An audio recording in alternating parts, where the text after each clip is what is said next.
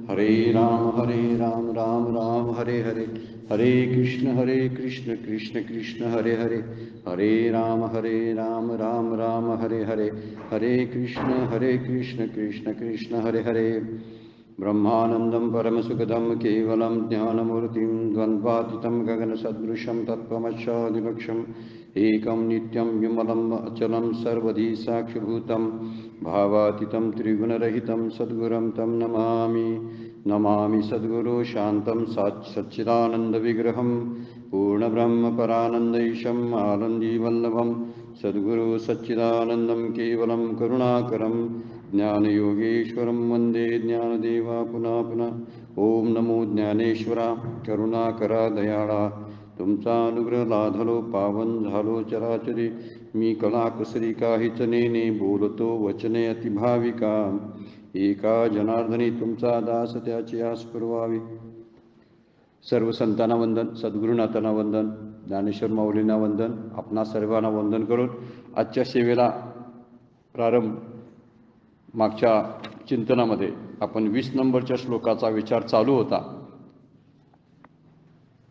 त्यक्त्वा कर्मफलासंगम नित्य तृप्तो निराश्रया कर्मण्याभिप्रोतो अपि नैव किंचित करोति सहा। जो कर्म आणि फल यांची आसक्ती टाकून नित्य तृप्त असतो आणि निराश्रय आहे, तो कर्मात प्रवृत्त होऊन सुद्धा काही करत नाही। अशा विचाराचा एक श्लोक आपण मागच्या चिंतनामध्ये पाहत होतो। त्यक्त्वा कर्मफलासंगम नित्य तृप्तो यावरती आपण विचार केला होता, निराश्रयावरती आणि विचार केलेला आहे। त्यात माऊलींनी 2 ओव्या वापरलेल्या आहेत। त्यातल्या एका ओवीवर तरी आपण बघितलेलं आहे चिंतन, जो शरीरी उदासू फळभोगी निराशू नित्यता उल्लासू होऊनी असे 106 नंबरची ओवी आहे। त्याचा विचार आपण केलेला होता की जो फळाच्या बाबत कोणत्याही प्रकारचा उत्साह दाखवत नाही, त्याची उदासीनता कायम असते। संसाराच्या कर्मातून कोणती फळं मिळतील याबद्दल तो अगदी इंडिफरंट असतो, त्याला काय त्याचं घेणं देणं नसतं, बेदखल असतो तो। असा विचार मागच्या चिंतनामध्ये आपण बघितलेला होता। माऊलींची 12व्या अध्यायामधली ओवी सुद्धा पाहिली होती की तो कसा आहे, वार्षे विन सागरू जैसा जळे नित्य निर्भरू तैसा निरुपचारू संतोषी जो। निरुपचार म्हणजे त्याला कुठल्याही प्रकारच्या उपचाराची आवश्यकता नसते, असा समुद्रासारखा तो असतो। त्याला कुणी काही दिलं नाही दिलं तरी त्याच्या वृत्तीमध्ये त्याच्या आनंदामध्ये फरक पडत नाही। जसं समुद्रामध्ये नद्या येऊन मिळाल्या नाही मिळाल्या तरी समुद्राला त्याचं काही घेणं देणं नसतं, त्याचं पाणी कमी होत नाही किंवा जास्त होत नाही। जो यथा लाभेन तोखे, आणखीन एक पुढं ओव्याने आहे, जो यथा लाभेन तोखे अलाभेन पारुके पाऊशे विन न सुखे समुद्र जैसा। यथा लाभेन तोखे म्हणजे लाभ झाला तर त्याला संतुष्टता वाटत नाही, म्हणजे उत्साह मोठा झाला, तोखे म्हणजे तुष्ट होत नाही। अलाभेन पारुखे म्हणजे तोटा झाला तर त्यामुळं तो निराश होत नाही। आणि पावसे विन न सुखे, पावसाशिवाय समुद्र सुखत नाही। पावसे विन न सुखे समुद्र जैसा। पावसाच्या काही पाऊस नाही पडला, एखाद्या वर्षी काही ठिकाणी दुष्काळ पडतो, पाऊस लागत नाही, पण समुद्रातलं पाणी कधीही आटत नाही। तसं दृष्टांत माऊलींचं आहे की तसा त्याला कुणी काही दिलं नाही दिलं तरी त्याच्या आनंदात काय फरक पडत नाही, असा तो आहे। आणि त्यामुळं निर्भर आहे तो, म्हणजे निराश्रय शब्द जो इथं वापरलेला आहे तो कोणत्याही प्रकारच्या आश्रयाला काय होत नाही, पात्र होत नाही, किंवा आश्रय तो मागत नाही कुणाचाही। आणि त्यात विषय आश्रय कुणाचा आहे, प्रपंचाचा आहे। प्रपंचापासून जरा पुढे आपण आलो की नातलगांचा आहे आश्रय वाटतो। नातलगांचा वाटतो, आपल्याकडे असणाऱ्या पैशाचा वाटतो, आपल्या घराचा वाटतो, आपल्या कुटुंबियांचा वाटतो, आणि आपल्या घरातल्या अगदी जवळच्या लोकांचा। शेवटी आश्रय जो वाटतो तो शरीराचा वाटतो। ह्या सगळ्या आश्रयांचा त्यानं त्याग केलेला असतो। त्याग केलेला असतो म्हणजे ते आश्रय त्याला आश्रय म्हणून वाटत नाहीत, म्हणून तो निराश्रय आणि नित्य तृप्त असतो, असं वर्णन केलेलं आहे। पुढच्या 107 नंबरच्या ओवीमध्ये सुद्धा तोच विचार मांडलेला होता, त्याची सुरुवात आपण केलेली होती। जो संतोषाचा गाभारा आत्मबोधाची या ओगरा पुरे न म्हणेची धनुर्धरा आरोगिता। जो संतोषाच्या गाभाऱ्यामध्ये आत जेवायला बसलेला आहे, आणि तो जेवताना कोणती पक्वान्न आहेत तर आत्मज्ञानाची पक्वान्न आहेत। आणि तो जेवत आहे, त्यामुळे त्याला कितीही जेवलं तरी तृप्ती वाटत नाही. जो निरुपचार संतोषाच्या गाभाऱ्यात आत्मज्ञानाची पक्वान्ने खात असताना पुरे कधी म्हणत नाही, तैसा जो संतोषाचा गाभारा आत्मबोधाची या ओगरा पुरे न म्हणेची धनुर्धरा आरोगिता, म्हणजे जे एवढं वाढेल तेवढं सुद्धा त्याला कमी वाटतं, असं तो आत्मानंद आहे. त्यामुळे आत्मज्ञानामध्ये त्याला पूर्तता वाटत नाही. म्हणून कर्म आणि कर्मफल जे आहे ती दोन्ही जड आहेत. कर्म जसं जड आहे म्हणजे त्याच्यामधलं काय त्याच्याबद्दल बोलता येत नाही आपल्याला, म्हणून जड आहे. आता कर्मातून मिळणारं फळ तरी कसं असणार आहे, संसारात आहे. ती संसारात जे ज्या गोष्टी म्हणून मिळतात त्या सगळ्यात जड आहे. म्हणजे संसारापासून जे उत्पन्न होतं ते सगळंच जड असणार आहे, कारण संसार जड आहे म्हणून. त्यामुळे संसारातलीच कर्मफळं जड आणि त्याचा अविनाशी आणि निर्विकार असणाऱ्या स्वरूपाशी काही संबंध नाही असा तो मानतो. आत असणारं स्वरूप जे आहे आपलं आत्मस्वरूप आहे, त्याचा या शरीराशी किंवा शरीराच्या बाहेर असणाऱ्या संबंधित प्रपंचाशी काहीही संबंध नाही. त्यामुळं तो काय करतो, कर्मफलाला त्याला माहीत आहे की कर्मफलाचा आरंभही नाही अंतही नाही, कारण स्वरूप त्या दृष्टीने विचार केलं तर ते अविनाशी असं स्वरूप आहे, नित्य आहे. त्यामुळे आत्मतृप्ती जी आहे ती त्याची आत्मतृप्ती प्रपंचावर आणि सांसारिक सुखावर अवलंबून नसते. आपण अतृप्त राहतो त्याचं कारण आहे, कुणाकडून तरी तृप्तीची अपेक्षा करतो आपण, कुणाकडून तरी मला सुख पाहिजे आहे, समाधान पाहिजे आहे, म्हणून ते मिळालं नाही आणि त्यात जरा अडचणी आल्या, येतातच त्या नेहमीप्रमाणे येतातच त्या अडचणी आल्या की मला दुःख होतं, कारण मी वाट बघत बसलेलो असतो. इकडून सुख येणार आहे, तिकडून सुख येणार आहे, या वस्तूत आहे, या व्यक्तीत आहे असं आपल्याला वाटत असतं. कधीतरी आलेल्याचा भास पण होतो, पण मध्येच जर ते खंडित झालं तर दुःख आपल्याला वाट्याला येतं. आणि म्हणून म्हटलेलं आहे की संसारापासून मिळणाऱ्या कुठल्याही पदार्थापासून आत्मतृप्तीचा अनुभव येत नाही, आत्मानंद प्राप्त होत नाही, कारण सगळे हे बाह्य विषय आहेत. आणि बाह्य विषयावर आपला आनंद जोपर्यंत आपण ठेवतो तोपर्यंत आनंद आतमध्ये आहे. त्या बाह्य विषयाचा त्याचा काय संबंध असा त्याचा अर्थ आहे, कारण मुळातून आतूनच तो बाहेर येतो आणि म्हणूनच त्याचं आनंदात रूपांतर होऊन परत तो आपल्याकडे फिरून विषयांच्या द्वारा येत असतो. आपल्याला त्याची प्रवास माहीत नाही, त्यामुळे प्रवास चुकतो आपला पाहण्याचा त्याच्याकडं. मुळात आनंदाचा डोह आत आहे आणि आतला आनंद विषयामध्ये जातो आणि विषयाच्या द्वारे परत आपल्याकडे येतो आणि मला वाटतं तो विषयातला आनंद आहे. असा जरासं चिंतन आपण केलं पाहिजे, लक्षात ठेवलं पाहिजे, कारण आनंद बाहेर असू शकत नाही, तो आतच आहे. आणि आत असल्यामुळं बाहेरून त्याला किती आपण काहीतरी घालण्याचा विषयाच्या द्वारे प्रयत्न केला तरी सुद्धा तो तात्पुरता असतो, टिकाऊ नसतो. त्यामुळं आनंद आपला टिकत नाही. म्हणून जे विषयातून सुखातून आलेली जी तृप्ती असते ती खरी नसते. माऊलींचं समर्थांचं हेच आहे, विषयजनित सुखे सौख्य होणार नाही. विषयजनित म्हणजे काय, विषयातून जन्माला येणाऱ्या सुखामध्ये कधीही तृप्तीचा अनुभव येणार नाही. विषयजनित सुखे सौख्य शब्द वापरलाय, इथं तृप्ती शब्द आपण घेतो. विषयजनित सुखे त्या सुखातून सौख्य होणार नाही. सौख्य म्हणजे काय, तर तृप्तीचा आणि आनंदाचा अनुभव येणार नाही. किती आपण प्रयत्न जरी केला तर त्यातून तृप्तीचा आनंद येणार नाही, कारण खरी तृप्ती आतमध्ये आहे. मागच्या वेळेला आपण विचार केला होता, साखर गोड काय, लाडू गोड. आपल्याला लाडू गोड म्हणतो आपण, गोड लाडू आहे, गोड लाडू आहे. साखर गोड आहे असं कोणच म्हणत नाही. जनरली बोलताना काय म्हणतात की लाडू गोड आहे, बासुंदी गोड आहे, साखर गोड आहे असं कोण म्हणत नाही, कारण त्याला रूपांतर असतं ना त्याचं. त्या साखर ही लाडूच्या रूपांतरित होते, काहीतरी त्यामध्ये मिक्स झालं असेल, पण खरी गोड ते त्याला जे गोडपण जे आलेलं आहे ते साखरेमुळे आलेलं आहे. साखरच नसेल तर लाडू गोड कसा लागेल, आपल्याला लाडू गोड वाटतो. त्यामुळे विषय चांगले वाटतात, विषय गोड वाटतात, आणि त्यामुळं विषयात असलेला आत्मानंद जो मिक्स झालेला असतो तो कळत नाही. आत जरा आनंद नसता विषयामध्ये, आतला आत्म्याचा आनंद जर मिक्स झाला नसता तर विषय गोड लागले नसते आणि लागतच नाहीत बरेच वेळा. असा विचार त्यातून करणं फार गरजेचं आहे. म्हणून कुठल्याही प्रकारचा प्रपंचातून मिळणारा जो कुठलाही आनंद आहे तो आनंद आपल्याला सौख्य देत नाही. त्यामुळं प्रापंचिक आपले जे आश्रय जे घेतलेले असतात ते जरी तुटले तर त्याचा आनंद बिघडत नाही. आपल्याला सोडून कोणतरी गेलं तर त्याला बिघडत नाही, कारण तो त्यांच्यावरती निर्भर नव्हता, अवलंबून नव्हता. आपण अवलंबून राहतो म्हणून कोणतरी गेलं तर आपला लगेच आश्रय तुटतो. जो त्याला आपल्याला कोणतरी सपोर्ट केलेला असतो तो सपोर्ट जर काढला तर आपण कोसळून पडतो. असं कोसळता कामा नये. त्यासाठीच कुणाचा सपोर्ट घ्यायची गरज नाही असं शास्त्र सांगतं. माझ्या आनंदासाठी कुणाच्या सपोर्टची गरज नसते. व्यवहार सांभाळताना माणसं असतात, घरं असतात, राहायला घरं पाहिजेत, पांघरायला वस्त्र पाहिजेत, म्हणून हा व्यवहार आहे.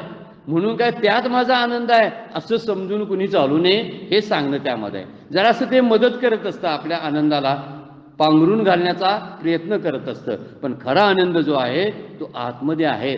एखादं वस्त्र आपल्याला आवडत नाही बघा आणि घातलं तर दिवसभर अस्वस्थ होतं. एखादा ड्रेस मी घातलेला आहे पण तो मला मुळात आवडत नव्हता, पण घातला, पण दिवसभर मी अस्वस्थ असतो. वास्तविक ड्रेस आहे ना तो. मग ड्रेसला मला का आनंद वाटत नाही? कारण आतल्याला तो आवडत नाही. म्हणून आतल्याला आवडत नाही. तो कसाही कितीही किमतीचा असू दे, त्याच्याशी माझं काय घेणं देणं नाही. तो कितीही महागडा असू दे, मला आत आवडाय नाही ना, म्हणजे आतूनच तो आनंद येतो. आणि एखादी साधी सुधी गोष्ट जरी वापरली आपण, एखादा फडका वापरला, एखादी साडी किंवा एखादा ड्रेस आपण वापरला जो आपल्याला खूप आवडत असतो, तो घातला ना एकदम कम्फर्टेबल वाटत असते. कुणाला वाटते कम्फर्टेबल? याचा विचार जर आपण करायला लागलो तर त्या कपड्यात आनंद नाही हे लक्षात येतं. माझ्यात आनंद आहे तो कपड्यात उतरतो आणि म्हणून कपड्याच्या द्वारे मला मिळतो. म्हणून मी म्हणतो कपड्यातून आनंद आला. एखाद्या व्यक्तीची मला आवड असते आणि त्या व्यक्तीच्या आवडीमध्ये मी माझा आत्मानंद त्यांना देतो उसना, मग ती व्यक्ती मला परतून त्याच्याद्वारे दुसरा आनंद देते. म्हणून मला माझा मुलगा मुलगी आवडते, माझं नातवंड मला आवडतं. माझ्याकडून घेतलेलं आहे त्यांनी तो सुख, आणि ते सुख ते मला देतात आणि म्हणून मला आवडत असतं. पण काही टप्प्यानंतर तेच आपल्या दुःखाला कारणीभूत होतं ना. मग जर ते एक सुखरूप असतं तर ते दुःखाला का कारणीभूत ठरलं असतं? म्हणून हा जो तत्ववेत्ता पुरुष आहे तो काय करतो? आनंदाच्या त्या गाभाऱ्यामध्ये, संतोषाच्या गाभाऱ्यामध्ये या आत्मतृप्तीचा ढेकर देत असतो, जेवत असतो आणि भरपूर अन्नप्राशन करत असतो असं वर्णन केलेलं आहे. त्यामुळे विवेकी पुरुषाला या विषयांच्या मर्यादा माहिती आहे, त्याचं अनित्यत्व माहिती आहे, त्याचं मिथ्यात्व माहिती आहे, त्याचं बद्धत्व माहिती आहे. बद्ध करणारे विषय आहेत, मिथ्य असणारे विषय आहेत, दुःखरूप विषय आहेत, विषयांची लक्षणं आहेत बघा. याच्यावर एक 10-10, 20-20 मिनटं आपल्याला बोलता येईल असा तो विषय आहे बरं काय. म्हणजे विषयामध्ये असणारे हे दोष आहेत. विषय पारतंत्र्यात पाडतो, विषय दुःखरूप आहे, विषय परिच्छिन्न आहे, म्हणजे मर्यादित आहे, सगळीकडे भोगता येत नाही. इथे एखादी वस्तू प्राप्त झाली तर त्याच वस्तूचा उपभोग दुसरीकडे घेता येत नाही मला, कारण तो इथंच प्राप्त आहे. म्हणजे विषयाला मर्यादा आहेत, कारण ते परिच्छिन्न आहे. दुःखरूप आहे म्हणजे जर ते शेवटी अंती दुःखालाच कारणीभूत होतं, त्यामुळे दुःखरूप आहे. मिथ्यात्व त्यामध्ये आहे आणि बद्धत्व आहे. बद्धत्व शब्दाचा अर्थ आहे मला तो बांधून टाकतो. विषयाचा अर्थच तसा आहे, जो बांधून टाकतो त्याला विषय म्हटलेला आहे. वर्णन करताना म्हणलेलं आहे की हे गुण आणि विषय ते या जीवाला बांधून टाकत असतात. आणि म्हणून सर्व कर्म तो समजतो की मी जी कर्म करतो ती सर्व ईश्वरी इच्छेने होतात. माझी इच्छा त्यामध्ये काहीही नसायला पाहिजे. माझी इच्छा आड आली ना की दुःखाला सुरुवात झाली म्हणून समजायचं, कारण माझी इच्छा त्या इच्छेशी एकरूप होत नाही. जे मला कोणतरी काहीतरी मिळालेलं असतं ते मला नकोसं वाटतं किंवा त्यात मला बदल हवा असतो. असं नको, जरा असं पाहिजे होतं. आता कसं काय आपली इच्छा असते बरं काय ती. मग आपण जर समजलो ही ईश्वराची इच्छा आहे जे मला मिळाले ते, आणि त्यामध्ये माझी इच्छा मिक्स करायची, ठीक आहे बरोबर आहे, मला असंच पाहिजे होतं असं म्हणावं आणि रिकामं व्हावं. बरं, त्यामध्ये बदल करता येतो का? येत असेल तर करून टाकावा. एखादी गोष्ट मला मिळालेली आहे जी प्रारब्धानं प्राप्त झालेली आहे आणि त्यात जर बदल करायला जमत असेल तर करून जावं. शक्यतो बदल नाही, कारण प्रारब्धातल्या कुठल्याही गोष्टीला बदल आपल्याला सुचवता येत नाही आणि करताही येत नाही. आणि म्हणून आहे तसं स्वीकारणं ही सगळ्यात चांगली गोष्ट आहे. आणि त्याला काय नाव द्यायचं तर ईश्वरानं मला ईश्वराची इच्छा अशी आहे, मला हेच द्यावं अशी ईश्वराची इच्छा आहे. आणि जे मला आता प्राप्त झालेला आहे हा ईश्वराचा प्रसाद आहे. मी तो प्रसाद काय करतो? मग प्रसादाचं लक्षण काय आहे? कसाही असला तरी तो खायचा असतो. बऱ्याच जणांना काही सांगितलं असलं तरी म्हणतात मला शुगर आहे पण प्रसाद आहे काय, पेढ्याचा एक तुकडा द्या म्हणतात. तर असं म्हणत नाहीत, मला नकोच का, जसा असेल तसा. समजा तो पेढा जास्त दिवसाचा असेल, थोडासा भासा झाला असेल तरी कोण काय म्हणत नाही, असू दे तो प्रसाद आहे. कसं स्वीकारतात बघा. तसं ईश्वराकडून आलेलं मुलं, प्रपंच, माझ्या वस्तू, माझी प्रॉपर्टी शांतपणे आहे तशी प्रसादासारखी घेण्याची, स्वीकारण्याची सवय आपण का लावून घेत नाही? जर घेतलं ना, त्यात माझंच हित आहे, मला समाधान प्राप्त होणार, मी दुःखी होणार नाही, कारण ईश्वरानं दिले आणि मला ते मान्य आहे. असा म्हटला की नित्य तृप्त, हे संतोषाचा गाभारा शब्द जो वापरला ना, तो त्यासाठी आहे. नित्य तृप्ती त्यामध्ये आहे. जसं आहे तसं देवा तू बरोबर आहेस, कारण तू माझ्यापेक्षा हुशार आहेस. बुद्धिमान वरिष्ठ शब्द वापरला ना, काय हनुमंताचं वर्णन करताना तो कसा आहे? बुद्धिमान आहे. सगळ्यात बुद्धिमान भगवंत आहे.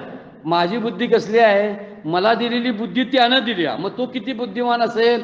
म्हणून बुद्धीचे वैभव अन्य नाही दुजे, एकाकीशी राजे सकळ सिद्धी, हरिबुद्धी जपे तो नर दुर्लभ. 2 ठिकाणी बुद्धीचा वर्णन माऊलीने हरिपाठामध्ये केलेला. बुद्धी जी मला प्राप्त झाली ती देवाकडून मिळालेली आहे, माझ्यापेक्षा हुशार तो आहे, त्याची हुशारी मान्य करायला पाहिजे ना मी. त्यामुळे त्यानं दिलंय बरोबर आहे, मी सुचवणं चुकीचं आहे. मी सुचवलं तर आणखीन काहीतरी बिघडण्याची शक्यता आहे, जे मला मॅच होणार नाही असं मी सुचवेन कदाचित, आणि त्यामुळं मला ते घ्यावं लागेल. एकदा आपण दृष्टांत बघितला होता की एक भागवत कथाकार करणारे असे एक आहेत की वक्ते की ते भागवत कथेसाठी गेलेले होते, पण त्यांची इच्छा, तुमचं मानधन काय आहे तेवढं सांगा. पहिल्यांदा त्यांनी यजमानांनी विचारलं. यजमानांना त्यांनी सांगितलं वक्त्यांनी, त्या माझं 5,000च्या खाली मी घेत नाही, त्या काळातली गोष्ट आहे. 5,000च्या खाली मी माझं मानधन घेत नाही, मला 5,000च लागतात. ते म्हणजे ठीक आहे, चला आपलं काही पुढच्या आठवड्यामध्ये आपण कथा चालू करूया. कथा सुरू झाली, पण तो जो यजमान होता ना, तो फार मोठा उद्योगपती होता, त्याचे मित्र सुद्धा उद्योगपती होते, आणि सगळे ते भागवत कथा ऐकायला यायचे रोज 7 दिवस. आणि येता जाताना आरती फिरायची ना, नंतर शेवटी आरती झाली की सगळीकडे निरंजन फिरवलं जायचं, आणि आरतीच्या ताटामध्ये पैसे टाकण्याची, काहीतरी टाकण्याची पद्धत असते ना, तसे ते सगळे उद्योगपती. आणि ते काय करायचे? रोज नोटांची बंडच्या बंड टाकायची त्यामध्ये, त्या आरतीमध्ये. आता आरतीतल्या ताटातले जे पैसे असतात ते वक्त्याला द्यायची पद्धत आहे. ते जे असतात कोण ना, ज्यांनी विधी करतात त्यांना ती द्यायची पद्धत आहे. त्यामुळे त्या यजमानाने तसेच साठवून ठेवले. ते इतके पैसे झाले, इतके त्या उद्योगपतीने दिलेले होते, म्हणजे त्या काळामध्ये 50,000, 60,000, 70,000 रुपये एकत्र जमा झाले 7व्या दिवशी. आता 7व्या दिवशी एकत्र एवढे पैसे जमा झाल्यानंतर आता ह्यांना वाटायला लागलं वक्त्यांना, बरं आहे, या मला कथेला मात्र खूप पैसे मानधन मिळालं. मग जाताना त्यांनी दिलं, माझं मला पाकिट द्या. त्यांनी पाकिट दिलं, आणि पाकिटात त्यांनी मोजून बघितलं, 5,000 रुपये होते. म्हणजे मला 5,000 रुपये तुम्ही दिले? तर होय, तुम्ही 5,000 रुपयेच मागितले होते. तर ते मला आरतीच्या ताटात नाही म्हणले, तुम्हाला मागितलं होतं ना. तुम्ही समजा मागितलंच नसतं ना, तर तुम्हाला हे सगळेच दिले असते मी, पण तुम्ही मागून तुमचीच मर्यादा तुम्ही ठरवून दिली, तुमचं मोजमाप तुम्हीच केलं, मग तुमच्या मोजमापाप्रमाणे तुम्हाला 5,000 रुपये घ्या. तसं मी मागतो देवाकडं, कदाचित देवाकडं मी एक गोष्ट मागितली आणि त्याला 10 गोष्टी द्यायच्या असतील, तर मी मागून चूक करणार का नाही सांगा बघू? मी मूर्ख आहे आणि देव शहाणा आहे, म्हणून देवाकडं, शहाण्या देवाकडं काही मागू नये. देवा माझी पात्रता बघ आणि मला देत जा, मला काय हवं आहे ना ते देत जा, की ज्यामध्ये मला समाधान मिळेल एवढी मात्र तजवीज तू कर. जे मला प्राप्त झालं आहे त्यामध्ये मला आनंद वाटेल एवढी व्यवस्था मात्र तू कर देताना, असं आपण म्हणू शकतो. पण तुला काय द्यायचं ते दे, अशी भगवंताच्या इच्छेमध्ये स्वतःची इच्छा मिसळणं म्हणतात त्याला. याला सगळी कर्म भगवत अर्पण करणं, ईश्वर अर्पण करणं असा त्याचा अर्थ आहे. आणि जे प्राप्त होतं ते आनंदानं प्रसाद म्हणून स्वीकारणं, यामध्येच आपलं मोठेपण आहे, शहाणपण आहे, आणि आनंद सुद्धा त्यामध्ये आहे. त्यामुळं माऊली बोलतात की सर्व कर्म ही ईश्वराच्या इच्छेने झालं तसं समजतो, आणि कर्माचं कर्तृत्व न घेता तो अहंकार रहित होतो, त्याचा अहंकार संपुष्टात आलेला असतो. इथं शब्दच वापरलेला आहे. कोणता शब्द वापरला बघा श्लोकामध्ये? कर्मण्याभिप्रवृत्तो अपि, कर्मामध्ये तो प्रवृत्त असतो तरी सुद्धा, अपि तरी सुद्धा, नैव किंचित करोति सा, तो करतो असं त्याला कधीच वाटत नाही. असा तो अगदी बंधनमुक्त, कर्माच्या बंधनातून मुक्त झालेला असतो. का? तृप्तीचा अनुभव घेतो, आश्रय कुणाचा घेत नाही, त्यामुळं त्याला तसा अनुभव येत असतो. म्हणून इथे शब्द वापरलेला आहे, कर्मफलाचा संग त्यानं टाकलेला असतो, नित्य तृप्त असतो आणि निराश्रय असतो, म्हणून त्याला दुःख होत नाही. मग कर्म काय करतो, त्या कर्माची बंधनं पडत नाही. म्हणून संतोषाच्या गाभाऱ्यामध्ये जो संतोषाचा गाभारा, आत्मबोधाची या ओगरा, पुरेन मनेची धनुर्धरा अरोगिता, असं आत्मज्ञानाचे संचय करून ठेवावा. आत्मज्ञान साठवत राहावं. साठवत राहणं हा शब्द वेदांताच्या दृष्टीनं चुकीचा आहे, पण या आनंदाची साठवण जी आहे की ज्याला ऱ्हास नाही असा आनंद आपण प्राप्त केला पाहिजे, ज्याला लय होत नाही, ज्याचा व्यय होत नाही, असा आनंद म्हणजे आत्मज्ञान आहे. त्या आत्मज्ञानाची प्राप्ती करून ठेवावी. ही शेवटच्या क्षणाला, जसं वृद्धत्वामध्ये आपल्याकडे असणारं पैसा अडका किंवा दागदागिने, आपण म्हणतो असू दे वृद्धत्वामध्ये मला उपयोगाला येईल, पण ह्यापेक्षा जास्त वृद्धत्वामध्ये उपयोगाला येणारं कोणती संपत्ती असेल तर ती म्हणजे ज्ञान संपत्ती आहे. कारण त्या ज्ञान संपत्तीतल्या त्या पिशवीतून हळूहळू थोडंसं खात राहावं आणि त्याचा आनंद लुटत राहावा. संतोषाच्या गाभाऱ्यामध्ये स्वतःला ताट मांडून घ्यावं. हे ताट कुणी बनवलेलं असतं? मीच बनवलेलं आहे. ताटातले पदार्थ मीच बनवलेत. आयुष्यभर जी साधना केली तीच ताटामध्ये येत असते आणि वार्धक्यामध्ये त्यातलंच कण कण खात आपलं वार्धक्य आनंदात घालवता येतं आणि देहसुद्धा आनंदामध्ये सोडता येतो. कशाच्या आधारानं? त्या आत्मज्ञानाच्या, संतुष्टीच्या आणि आनंदाच्या आधारानं आपण आपला देहसुद्धा असा सोडू शकतो. म्हणून म्हटलेलं आहे की आपण साठवून असं ठेवावं की जे वार्धक्यामध्ये कुणाच्याही मदतीशिवाय मला त्याचा आनंद लुटता येईल. असं कुठलं साठवता येईल? तर एकच गोष्ट आहे की जी पारमार्थिक पुंजे आपली आहे ना, आपण नाम घेतो, ध्यान करतो, तत्वचिंतन करतो, या चिंतनाचा एक असा साठा तयार होतो आणि तो आपल्याला वार्धक्यामध्ये उपयोगाला पडतो. वार्धक्यामध्ये कोणकोणते प्रसंग आपल्यावरती येणार आहेत आपल्याला माहीत नसतं. विशेष गोष्ट म्हणजे शारीरिक प्रसंग. इतर काहीही असो, बरेच जण पैशाची तजवीज करून ठेवतात पण आनंदाची तजवीज करून ठेवत नाहीत. पैसा अडका, सोनं संपत्ती वार्धक्यात फारशी उपयोगाला येत नाही. कदाचित येईल पण फारशी नाही, अगदी 95-99% नाही. कारण आपण जिथं असतो तिथं पासून तो पैसा खूप दूर असतो आणि पैसा वापरायसाठी आपल्याकडे शरीराची इंद्रिय चांगली पाहिजेत ना. मला समजा पैसे वापरून कुठेतरी प्रवास करायचा, विमान प्रवास, पण विमान प्रवास करायला मला चालता तरी आलं पाहिजे ना. खूप पैसे असून का उपयोग आहे? पण बसल्या जागी आत्मज्ञानानं विमान प्रवास होतो. तो न बोलता बोलतो, न खाता खातो. कालच्या ओव्या आपण लक्षात ठेवायला पाहिजे. काही न खाता त्याला खाल्ल्याचा अनुभव येतो, तसं विमानातून न फिरता फिरल्याचा अनुभव त्याला येईल जर त्याच्याकडे ज्ञानाची प्राप्ती झाली असेल तर. अन्यथा होणार नाही. म्हणून पैशाचा आश्रय टाकून द्यावा. कशातून? मनातून. पैसे कुणाला दुसऱ्याला नेऊन द्यायचे नाहीत, पण त्याचा आश्रयात राहायचं नाही मात्र. किंवा मुलाबाळांचा आश्रय सोडून द्यावा मनातून. घराचा आश्रय मनातून सोडून द्यावा. अनिकेत शब्द वापरलेला 12व्या अध्यायामध्ये अनिकेत शब्द वापरला. अनिकेत म्हणजे ज्याला कोणतंही राहण्याचं वस्ती ठिकाण नाही असा तो असतो. हे ज्ञानीपुरुषाचं लक्षण सांगताना माऊलींनी सांगितलेलं आहे, तो अनिकेत असतो. अनिकेत शब्दाचा अर्थ आहे त्याला राहायला ठिकाण नसतं, म्हणजे तो कुठल्याही ठिकाणी मी माझं असं घर तो काय करत नाही, असं त्यातून मूळ सांगणं आहे. म्हणून संतोषाच्या गाभाऱ्यामध्ये तो सतत संतुष्ट असतो. 12व्या अध्यायामध्ये फार सुंदर श्लोक आहे, संतुष्टं सततम योगी यथात्मा.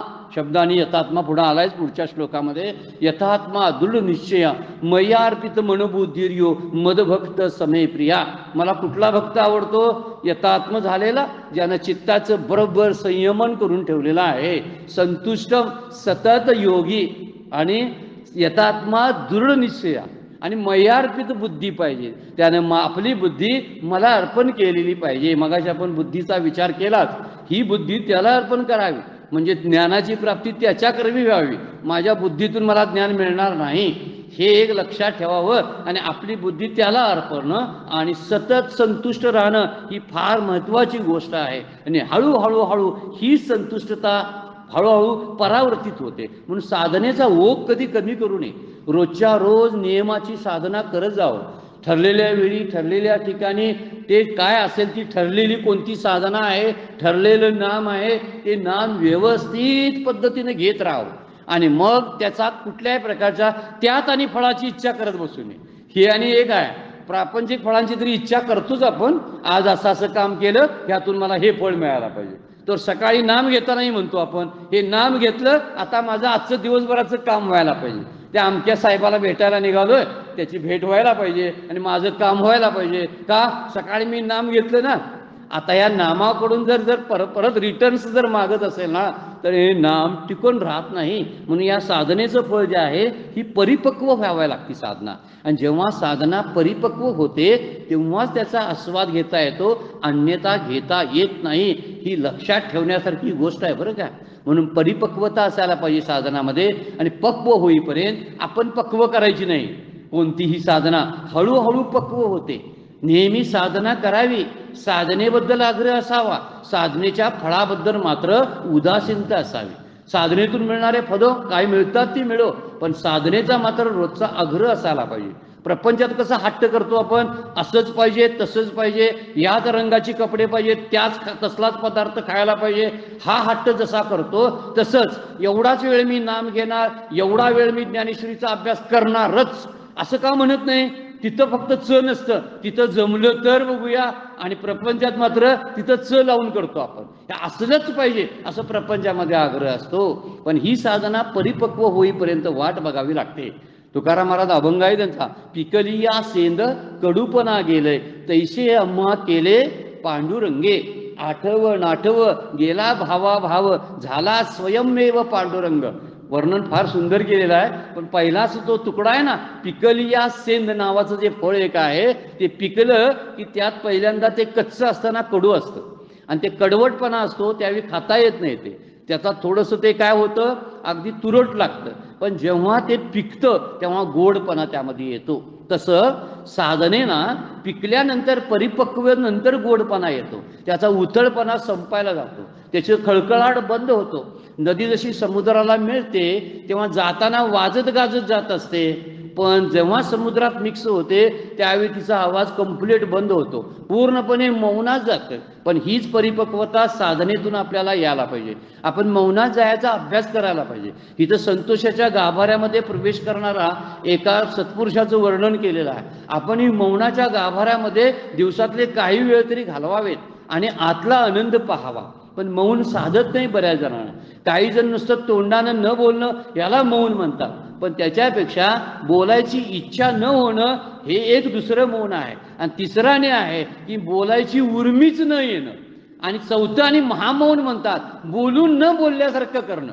असाही शेवटचं मौन वापरलेलं आहे. अगदी त्या वरच्या परमहंस स्थितीला गेलेले जे लोक असतात त्यांना ते साधतं. असो, मौनाचा थोडासा विचार केलेला आहे. मौन माझं स्वरूप आहे असं 10व्या अध्यायामध्ये विभूती सांगितलेली आहे भगवंतानी. मौन मी आहे म्हणतात ते. म्हणजे बघा, त्यांचं जे रूप जर असेल तर मौनाचा विचार करायला पाहिजे. इथं संतोषाचा गाभारा किंवा परिपक्वता ज्याला आपण म्हणतो ते नंतर तडतड बंद होते. आपण जेव्हा लोणी जेव्हा ह्याच्यातून ताकातून बाहेर काढतो त्याचं तूप बनवायचं असतं ना, त्यावेळी तूप बनवताना ते लोणी आपण भांड्यामध्ये तापवायला ठेवतो, त्यावेळी ते कडकड कडकड इतक्या जोरात वाजत असतं, कारण पाण्याचा अंश बराचसा त्यामध्ये असतो. त्यामुळे इतकं वाजतं 1-2 मिनिटं गेलं की कमी होत येतं, आणखीन 2-3 मिनिटं गेलं आणि कमी येतं, 5-10 मिनिटं झालं की अगदी आवाज कमी येतो. शेवटच्या टप्प्यात आवाजच बंद होतो, कारण लोण्याचं तूप झालेलं असतं. म्हणून याला परिपक्वता म्हणतात साधनेतली. आपण पक्व झालो ना तर तडपणा बंद होतो, उतळपणा संपून जातो, बोलणं खुंटतं आणि वाचेला मौन पडतं. हे मौन पडणं फार गरजेचं आहे. ही साधनेतला शेवटचा टप्पा संत पुरुषांनी अनुभवलेला आहे. त्याने अनुभवला म्हणून काय आपण अनुभवणे असं आहे काय? नाही. म्हणजे ते म्हणतात, माऊलींची 18व्या अध्यायामध्ये ओव्या आहेत, गरुड एवढा मोठ्या पंखाचा तेवढा उंच उंच उडतोय, म्हणून छोट्या छोट्या पाखरांनी काय उडूच नाही काय? तसं फार मोठे संत होऊन आपल्याकडे गेले, त्यांनी वेगवेगळी प्रकारची अनुभूती घेतली. त्यातली थोडी अनुभूती आम्ही घेऊ नये काय? राजहंसाचे चालणे भूतली झाली सॅने, तरी आणीच काय कोणी चालूच नाही. माऊली कशा बोलतात बघा, राजहंस असा डौलदार चालतो, इतका डौलदार चालतो, मग काय आम्ही चालायचं नाही? आम्हाला जमतंय तसं चालतो की, असं माऊली बोलतात. माऊली म्हणतात, झालं शंकराचार्यांनी एवढं मोठं भाष्य लिहिलंय गीतेवरती, एवढं मोठं भाष्य की गाजलं ते. मग गाजलं त्यांनी लिहिलं भाष्य, म्हणून आम्ही काय भाष्यच करू नये ज्ञानेश्वरी सारखं, म्हणून मी ओव्या लिहिल्या. असं माऊली बोलतात. आपणही तसंच केलं पाहिजे. आपल्या ताकदीप्रमाणे आपण आपल्या साधनेतली परिपक्वता जोपासता आली पाहिजे. आपल्याला साधना वाढवत वाढवत जावी आणि या संतोषाचा रोज वरच्या स्तरातला आनंद जो आहे तो घेणं फार गरजेचं आहे. इयत्ता बदलत जाव्यात, परमपूज्य काका म्हणतात. त्याच इयत्तेत राहू नये. एकाच इयत्तेत राहिल्याचा, नापास झाल्याचा कसला आनंद असतो सांगा बघू? काहीच नाही. तेच काय वेगवेगळे प्रकारचं सगळं काही प्रकारच वेगळा दिसत नाही. सारखं सारखं तेच दप्तर. म्हणून डॉक्टर काका काय म्हणतात, दप्तर बदलत चला. म्हणजे ह्या वर्गातलं दप्तर पुढच्या वर्गात त्याच्यावरचं पाहिजे ना. काय वर्ष तेच तेच तेच, त्याच्यात पुढचं चिंतन काहीतरी असायला पाहिजे ना. ते चिंतन वाढत गेलं पाहिजे. दर वर्षानं आपल्या साधनेत होणारी प्रगती मला दिसली पाहिजे. नाही दिसली तर काय अर्थ आहे?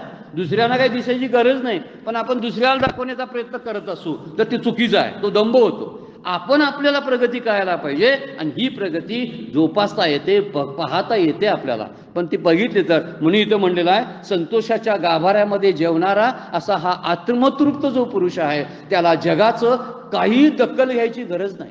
जगामध्ये किती उलटापालटी होऊ देत, त्याच्या आतल्या स्थितीमध्ये थोडा सुद्धा बिघाड होत नाही. काय स्थिती असेल होईल आम्हाला थोडं सुद्धा अनुभवता येत नाही. बाहेर जरी खोलीच्या काहीतरी चालू असलं तरी सुद्धा आमचं लक्ष जातं. जगाच्या घडामोडी सोडाच, इकडं तिकडं काहीतरी चालू झालं तरी सुद्धा, इकडं मांजरानं खडखडखड आवाज केला तरी आमचे मौन आणि समाधी बिघडून जाते आणि ध्यान बिघडतं. एवढ्यानं मग जगातल्या घडामोडीचा केवढा परिणाम आमच्यावर होईल? सत्पुरुषांना काहीही घडलं तर त्यांच्यावरती काही परिणाम होत नाही. ते निश्चल आणि स्थिर असतात, कारण त्यांची बुद्धी स्थिर झालेली असते. आणि म्हणून माऊलींनी तो विचार वापरलेला आहे. 21 नंबरच्या श्लोकाला आपण सुरुवात करतो. दोन्ही श्लोक 21 आणि 22 एकत्र दिलेले आहेत. ज्ञानेश्वरीमध्ये पण दिलेले आहेत आणि इतर ज्यांनी ज्ञानेश्वरीवरती टीका लिहिली किंवा काहीतरी भाष्य लिहिलंय भगवद्गीतेवर, त्यातही हे दोन्ही श्लोक 21 आणि 22 एकत्र टाकलेले आहेत. आता वास्तविक माऊलीने एक ओवी मात्र टाकलेली आहे त्याच्यावर, पण ती टाकली की नाही हे न कळण्यासारखा प्रकार खालच्या बाजूला दिलेला आहे. आपण बघूया. तरी पण 2 श्लोक आहेत बघा. 21 नंबरचा श्लोक अजूनही सत्पुरुषांचं वर्णन करायचं आहे बरं काय. निराशीर्यत चित्तात्मा त्यक्त सर्व परिग्रहा शारीरम केवलम कर्म कुर्वन्न आपनोती किल्बिषम. शब्द कसे वापरतात बघा ते. आता निराशीर्य म्हणजे निराशीर झालेला, म्हणजे आशारहित झालेला. यत चित्तात्मा म्हणजे ज्याचं चित्त काय झालेलं आहे, नियमित झालेला आहे. चित्तात्मा. त्यक्त म्हणजे सगळ्याचा त्याग केलेला आहे. सर्व परिग्रहा, सगळ्या परिग्रहाचा त्यक्त म्हणजे त्याग केलेला. शारीरं केवलम कर्म, फक्त शरीरान कर्म करतो आणि त्यामुळं कुर्वन् आपनोती किल्बिषम. त्यामुळं किल्बिष म्हणजे त्याची पाप त्याला कशी लागतील? नुसता शरीराच्या निर्वाहापुरता काम करतो, मग त्याला कसलं पाप लागणार आहे? पोटापुरतंच मिळवतो, पोटापुरतं देगा देवा, एवढीच मागणी त्याची देवाकडे आहे. आता मागणी ही करणारे मोठे असतात बरं का, आणि जास्त मागणारे मोठे वाटतात आपल्याला. मला एवढंच मिळालं पाहिजे असं मागणारे खूप आहेत. पण पोटापुरते मागणारे विद्वान असतात, कारण पोट भरलं की त्या दिवशीचा विषय संपतो. वर्णनच केलेलं आहे. विती एवढे पोट काय तयाचा बोभाट, तुकाराम महाराज म्हणतात. केवढं त्याच्याबद्दल गाजावाजा असतो. मला पोटासाठी करतो, माझ्या सुखासाठी करतो, अशी माणसं बडबडत फिरत असतात. अरे पण तुला लागतं केवढं? रोज खातोस केवढं? झोपायला जागा केवढी लागते? घर बांधलंच केवढं? खोल्या साफ करीत आयुष्यभर किती बसलास? केवढं जमा केलंस? त्यक्त सर्व परिग्रहा, इतक्या सगळ्या परिग्रहाचा ज्यानं त्याग केलेला आहे. जमून जमून जमून ठेवलेलं असतं आणि जमवावं असं वाटतं, याला परिग्रह म्हणतात. सगळ्यात मोठा दोष आहे परिग्रह. परिग्रह करण्यामध्ये त्रास असतो, परिग्रह सांभाळण्यामध्ये त्रास असतो, परिग्रहाच्या नाशामध्येही त्रास असतो. तिन्ही टप्प्यावर जर त्रास असेल तर परिग्रहातून बाहेर पडणं चांगली गोष्ट आहे ना. यम नियम जे सांगितलेले आहेत त्या यम मधला हा 5वा यम आहे बघा. अपरिग्रहा ब्रह्मचर्य, अपरिग्रहा शेवटचा आहे तो 5व्यातला यम मधला. 5 नियम आणि 5 यम आहेत. जे अष्टांग योग साधना जे लिहिले आहे त्या अष्टांग मधला एक यम, एक नियम, त्यातला प्रकार आसन, प्राणायाम, ध्यान, धारणा, समाधी, असे 8 अंग त्याचे आहेत. त्यातला यम जो पहिला आहे त्या यमातला 5वा कुठला असेल तर अपरिग्रह आहे. अपरिग्रहाची अवस्था आलीच पाहिजे. ही वास्तविक योगिक क्रिया आहे, पण साधकांनी सुद्धा सांभाळली पाहिजे ना. जितका पसारा घरात जास्त तितका त्रास जास्त. बघा ना, आपल्याला रोजचा अनुभव आहे. घर मोठं असलं की त्रास होतोय की नाही? बघा, होतो. आता मोठं घर, मोठी जास्त माणसं असतील तर ठीकच आहे, पण आता कुठं आहेत? मोठ्या मोठ्या घरामध्ये 2-2 माणसं राहण्याची पद्धत आता आलेली आहे. 2च माणसं राहतात मोठ्या मोठ्या घरामध्ये आणि ते सांभाळण्यासाठी त्यांचा सगळा दिवस जात असतो, बाकी काही करत नाहीत ते. मग कधी नाही म्हणून आम्हाला बसायचं असा विचार त्यांच्या मनामध्ये येत असावा. हा पसारा सांभाळताना त्रास होतो, म्हणून त्याची आशा रहित जो झालेला असतो, निराशीर चित्तात्मा म्हणजे शरीर चित्त यांचा निग्रह केलेला असतो.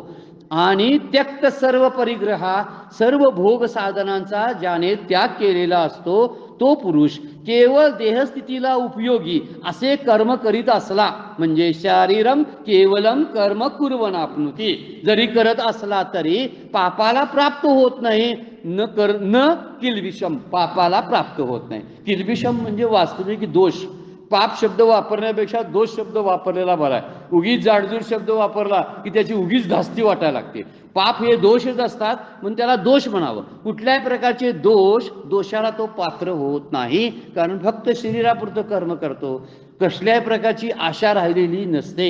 आणि दुसरी गोष्ट त्यानं आपलं चित्त आणि आपली इंद्रिय नियमित केलेली असतात, त्याची धावत नाहीत, वश झालेली त्याची इंद्रिय असतात असा तो असतो. आणि त्यानं सर्व इतर परिग्रह जे असतात त्या परिग्रहाचा त्याग केलेला असतो असा आशा रहित आणि चित्त शरीर यांचा निग्रह केलेला, भोग साधनांचा त्याग केला आहे असा फक्त देह निर्वाहापुरतं काम करणारा जो असतो त्याला कुठली पापं लागतील असं भगवद्गीता म्हणते. म्हणजे पाप लागणारच नाही.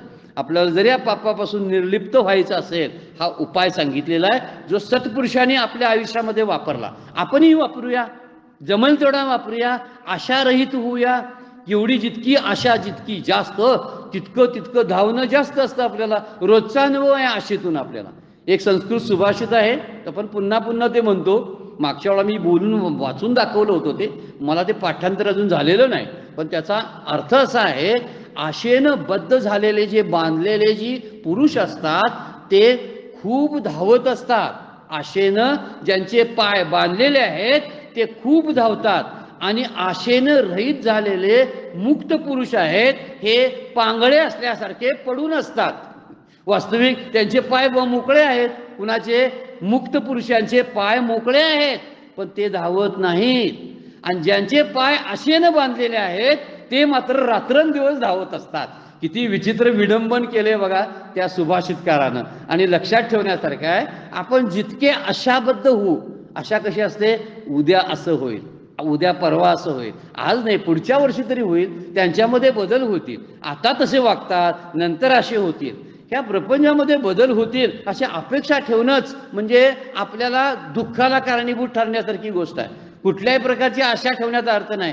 आशा नाही ठेवली तरी घडणारं घडत असतं, आणि आशा ठेवली तरी सुद्धा घडणारं घडत असतं. मग आशा न ठेवल्यामुळेचा फायदा काय, तर त्या आशेला धरून मी पकडून जे बसलेलो असतो आणि ती आशा जर निराशेमध्ये रूपांतरित झाली तर त्याचं जे दुःख होणार असतं ते दुःख मला होणार नाही. म्हणून आशेला पकडून बसू नये, कुठल्याही प्रकारची आशा करून राहू नये. म्हणून आशारहित झालेला जो पुरुष आहे त्यानं आपलं चित्त म्हणजे अंतःकरण आणि शरीर आणि इंद्रिय बरोबर वश करून घेतलेले असतात. जसं पाहिजे तेव्हा ती वापरतात. मागच्या वेळी आपण दुसऱ्या अध्यायामध्ये कुर्मा अंगाने शब्द वापरलेला होता. एका कासवाचं पाय, कासव जसं पाय पाहिजे त्यावेळी बाहेर काढतं आणि ज्यावेळी धोका वाटतो, ज्यावेळी सुरक्षितता वाटत नाही त्यावेळी आत घेतं. असं योग्य वेळी आपले अवयव पसरण्याची कला कासवासारखी आपल्याला जमली पाहिजे. पाहायचं त्याच वेळी पाहायचं, इतर वेळी दृष्टी बंद. ज्यावेळी ऐकायचं त्याच वेळी ऐकायचं, इतर वेळी कान बंद. असं आपल्याला जमेल का? पण जमेल म्हणून सांगितलंय, कारण एका या आत्मज्ञानी पुरुषाचं हे लक्षण सांगितलेलं आहे. म्हणून ज्यांचं अंतःकरण वश झालेलं आहे, ज्यानं संग्रहाचा परित्याग केलेला आहे आणि फक्त शरीर निर्वाहापुरतं कर्म करतो, त्याला कोणत्याही प्रकारचं पाप लागत नाही. म्हणून त्याला निराशीर हे शब्द वापरला. निराशीर शब्दाचा अर्थ आहे ज्याला इच्छा नाही, आशा नाही, आणि त्यामुळं इच्छा आणि आशा नसल्यामुळं त्याचं अंतःकरण का भटकेल सांगा बघू. भटकतं कोण? अंतःकरण भटकतं. आपण फार वेळा बसलेलो असतो, पण फिरतो कोण? अरे जरा जाग्यावर या, असं बरेच वेळा म्हणत असतात शिक्षक वर्गात मुलांना. आता जाग्यावर आहे म्हणजे तो मुलगा विद्यार्थी बेंचवरच बसलेला असतो, बेंचवर असतो, पण डोक्यात विचार त्याचे हजार असतात चालू. घरी जायचं, ते झाडावरून आंबे काढायचे, काहीतरी मुलांचं चालू असतं आणि त्यांच्या डोक्यात असतं. बरेच वेळा काही मानसशास्त्रज्ञ शिक्षक असतात, त्यांना त्या मुलांच्या मनाचा अंदाज येऊन ते सांगतात, अरे जरा वर्गात या.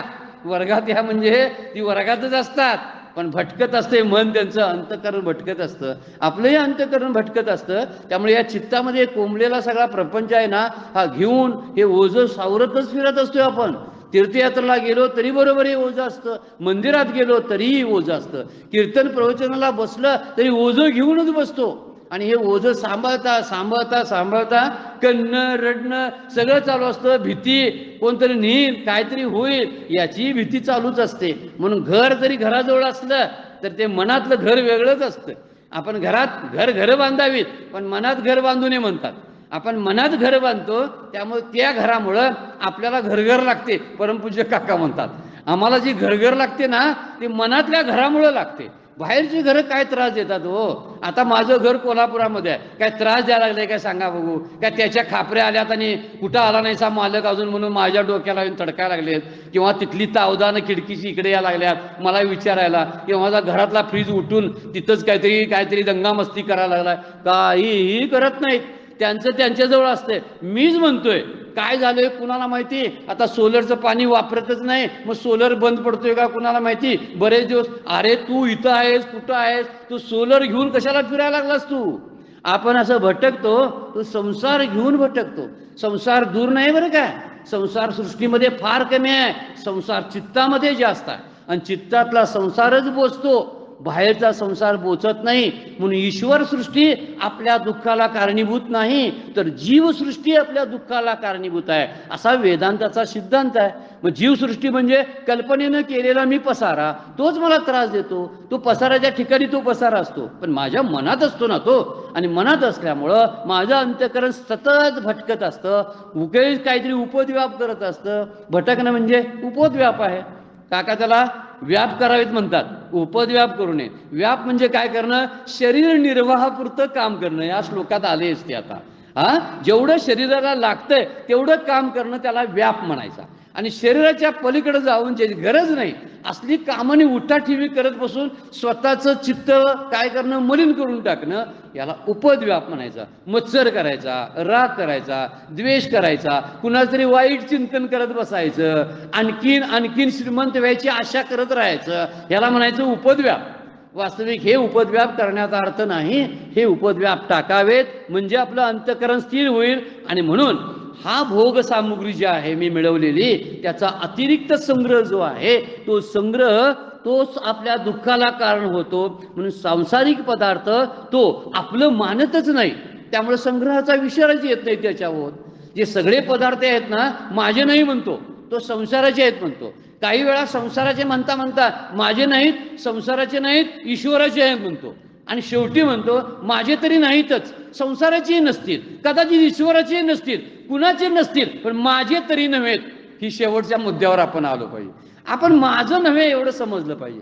कुणाचं आहे याचा विचार करायचा नाही. माझं नाही ना, त्यामुळे हे पडलेलं पाकिट रस्त्याला आहे, कुणाचं असेल, ह्यांचं असेल काय, ते गेलेलं त्यांचं असेल काय, हे कशाला काहीतरी करत बसायचं. आपण आपल्या मार्गानं निघालेलं आहे, माझं नाही ना, हे विचार करणं फार गरजेचं आहे. जेव्हा माझं नाही म्हणतो ना, त्यावेळी भोग सामुग्रीची जी अतिरिक्त संग्रह आहे त्याच्यापासून तो दूर राहायला सुरुवात होतो. माऊलींची पहिलीच उभी त्यावरती टाकलेली आहे, कैशी अधिक अधिक आवडी घेत महासुखाची गोडी, सांडूनिया आशा कुरोंडी अहम भावेशी. काय म्हणतात, ब्रह्मानंदाची कशी जास्तीत जास्त आवड असते बघा, त्याला खूप आनंद प्राप्त करावासा वाटतो, की तो अहंकाराचं असेला त्यावरून ओवाळून टाकतो. केवळ ब्रह्मानंदाचीच गोडी चाकत राहतो. कशासाठी ओवाळणी टाकतो बघा, आपण म्हणतो ना तुझ्या नावावरून हे ओवाळून टाकतो, तसं ब्रह्मानंद प्राप्त करण्यासाठी मला ब्रह्मानंद पाहिजे, त्यासाठी सगळा माझा प्रपंच तुझ्यावरून ओवाळून टाकतो. आता प्रपंच ओवाळून टाकणारी खूप आहेत, अहंकार ओवाळून टाकणारी फार कमी आहेत. धूप जाळायला तयार आहेत, कापूर जळतो, तांदूळ तीळ जाळले तांदूळ आणि काम क्रोध तैसेची खळ. तुकाराम महाराज प्रश्न विचारतात, धूप जाळलास, तांदूळ जाळलंस, समिधा त्यात घातलीस, सगळं जाळलंस, पण काम क्रोध तैसेची खळ. अरे तुझ्या अंतःकरणातले काम क्रोध अगोदर जाळ, ते तांदूळ जाळायचे तीळ जाळायचे राहू देत, पण काम क्रोध जाळ आपण त्याची ओवाळणी करत नाही. आणि माऊली म्हणतात अहंकाराची ओवाळणी करतो आणि आशेची ओवाळणी करतो. जी म्हणून मला आशा आहे ओवाळून टाकतो ब्रह्मानंदासाठी. मी तुमच्या चरणावर ओवाळी टाकतो, मला ती नको आहे. जसं तुळशीपत्र ठेवतात ना तसा प्रकार ते व्हायचं की हा माझा अहंकार आता अर्पण करतो, ही माझी आशा, माझी संग्रह वृत्ती, भोग वृत्ती मी अर्पण करतो देवा. कशासाठी? काय प्राप्त करण्यासाठी? ब्रह्मानंदाला ही ओवाळणी घालायची असं माऊली बोलतात. ह्या ओवीवरलं ते चिंतन आहे. आपण पुढे बघूया. ही 108 नंबरची ओवी आहे. वेळ संपली त्यामुळे थांबावं लागते आपल्याला. आजची सेवा सद्गुरूंच्या चरणी, भगवान ज्ञानेश्वरांच्या चरणी अर्पण करतो आणि विराम घेऊया. पुंडलिक वरदा हरी विठ्ठल श्री